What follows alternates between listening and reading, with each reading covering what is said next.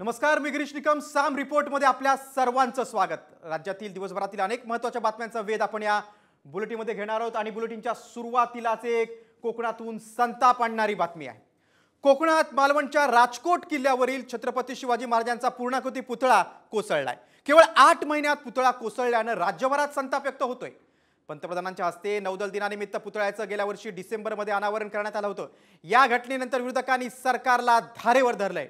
पाहूया या संदर्भात साम टीव्हीचा एक खास रिपोर्ट. सिंधुदुर्गात महाराजांचा पुतळा कोसळला. केवळ 8 महिन्यात कोसळला पुतळा. दोषींवर कारवाई करा, महाराज आम्हाला माफ करा.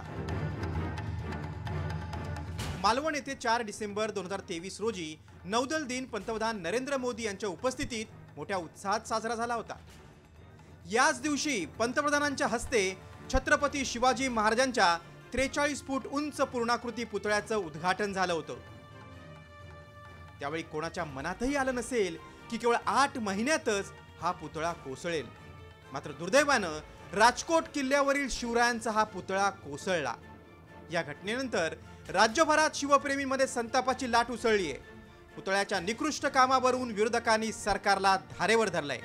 केवळ आणि केवळ पंतप्रधानांच्या हस्ते हा पुतळा उभारायचा एवढा उद्देश ठेवून इव्हेंट केली, पण मूळ महाराजांच्या प्रती जी काळजी घेणं आवश्यक होतं, पुतळा उभारताना त्याच्या बळकटीची, त्याच्या सर्वच तिथल्या वाऱ्याची, तिथल्या सगळ्या परिस्थितीची, याचा दुर्लक्ष करण्याचं काम झालेलं आहे. पुतळा त्वरित उभं करणं हे पहिलं कर्तव्य राहील, कारण आदरणीय पंतप्रधान महोदयांच्या हस्ते त्याचं उद्घाटन झालेलं होतं आणि छत्रपतींनी बांधलेल्या पहिल्या समुद्री किल्ल्याच्या स्मरणार्थ हा पुतळा उभारण्यात आलेला आहे आणि त्याच्यामुळे एक भावनिक महत्त्व ह्याला आहे. ते लक्षात घेऊन जे काय तातडीने करायला लागेल आमचं सरकार ते करेल. दरम्यान या घटनेनंतर ठाकरे गटानं मंत्री रवींद्र चव्हाण आणि इतर अधिकाऱ्यांवर फौजदारी कारवाई करण्याची मागणी केली आहे. ठाकरे गटाचे आमदार वैभव नाईकांनी मालवणमधील PWD कार्यालयाची तोडफोड केली. या पुतळ्याची देखभाल आणि निगा राखण्याचं काम सार्वजनिक बांधकाम विभागाकडे होतं. या घटनेनं सरकारचे वाभाडे निघालेत असा संताप नाईक यांनी व्यक्त केलाय. आज हा पुतळा दुर्दैवाने पडला आणि महाराष्ट्रामध्ये भारतामध्ये कुठे हा पुतळा कधी पडल्याची आपण गोष्ट ऐकत नाही, परंतु सरकारने शुद्ध पंतप्रधानांनी केलेल्या पुतळा या ठिकाणी पडला. म्हणजे सरकारच्या कामाचे वाभाडे आज निघालेले आहेत, परंतु ते वाभाडे जाऊन गेले. ज्यांनी बांधकाम केलं, या पुतळ्याचं स्ट्रक्चर ऑडिट केलं, सगळ्यांवर FIR दाखल केली पाहिजे आणि ही अस्मिता महाराष्ट्राची, आणि त्यामुळे या पुतळ्यावर जो पण FIR होते तो पण शिवसेना सुस्त बसणार नाही. माजी आमदार परशुराम उपरकर यांनी सर्वात आधी हा पुतळा योग्यरित्या उभारला नसल्याची तक्रार केली होती. तर या पुतळ्यावर संभाजीराजे छत्रपतींनीही आक्षेप घेत पंतप्रधानांना पत्र लिहिलं होतं. पुतळा उभारताना कोणत्या गोष्टींकडे दुर्लक्ष झालं ते पाहूया. राजकोट किल्ल्यावर 5 कोटी रुपये खर्चून पुतळा उभारला. 43 फूट उंचीचा महाराजांचा पूर्णाकृती पुतळा उभारला. पुतळा शिल्पशास्त्रास अनुसरून नसल्याची तक्रार होती. पंतप्रधानांच्या हस्ते उद्घाटनासाठी घाई गडबडीत लोकार्पण केल्याचा आरोप होता. वाऱ्याची दिशा आणि पुतळ्याच्या चौथराकडे दुर्लक्ष झालं.